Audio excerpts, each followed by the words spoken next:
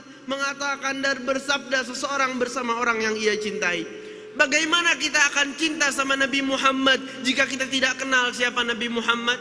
Dan digunanya dibangun dan dibuat dan dilaksanakan majelis ini karena Sayyidina Muhammad, karena mengajarkan umat siapa Rasulullah, mengajarkan umat Nabi siapa Nabi mereka, siapa yang patut mereka ikuti, yang patut mereka tauladani, yang patut dijadikan idola adalah Rasulullah, hanya Rasulullah. Karena itu majelis ini diberi nama Majelis Rasulullah. Dan seperti itu, dan dari bukti keikhlasan Al-Habib Mundhir bin Fuad Al-Musawa, majelis itu jalan sampai sekarang, lewat lebih dari 10 tahun wafatnya Al-Habib Mundhir, tapi majelisnya masih ada. Orang-orang yang belum mengenal Nabi Muhammad mengenal Nabi Muhammad dengan berkat majelis ini. Kenapa itu? Bukti seseorang yang sudah memiliki ikatan cinta dengan Rasulullah.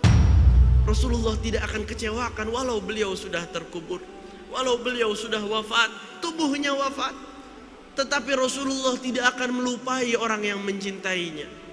Allah tidak akan melupai sosok yang mempunyai ikatan dengan kekasihnya. Dan sekarang pertanyaannya, apa yang akan kita bawa dari perkumpulan-perkumpulan seperti ini?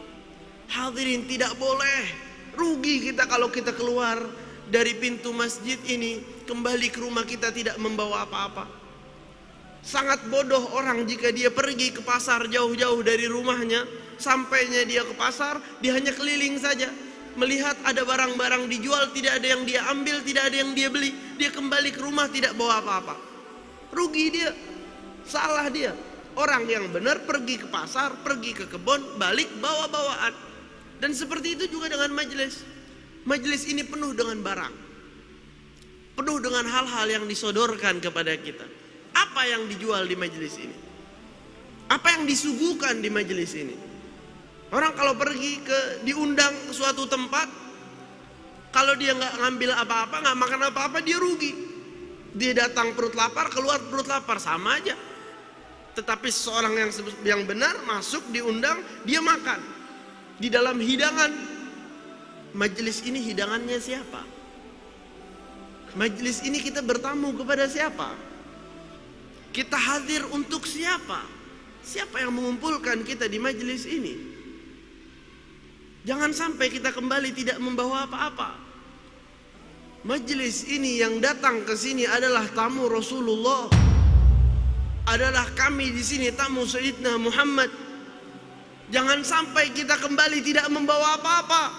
Apa yang disuguhkan, apa yang disajikan? Yang disajikan adalah keridhaan Allah dan kebersamaan bersama beliau di akhirat. Ini pemberian yang paling mulia.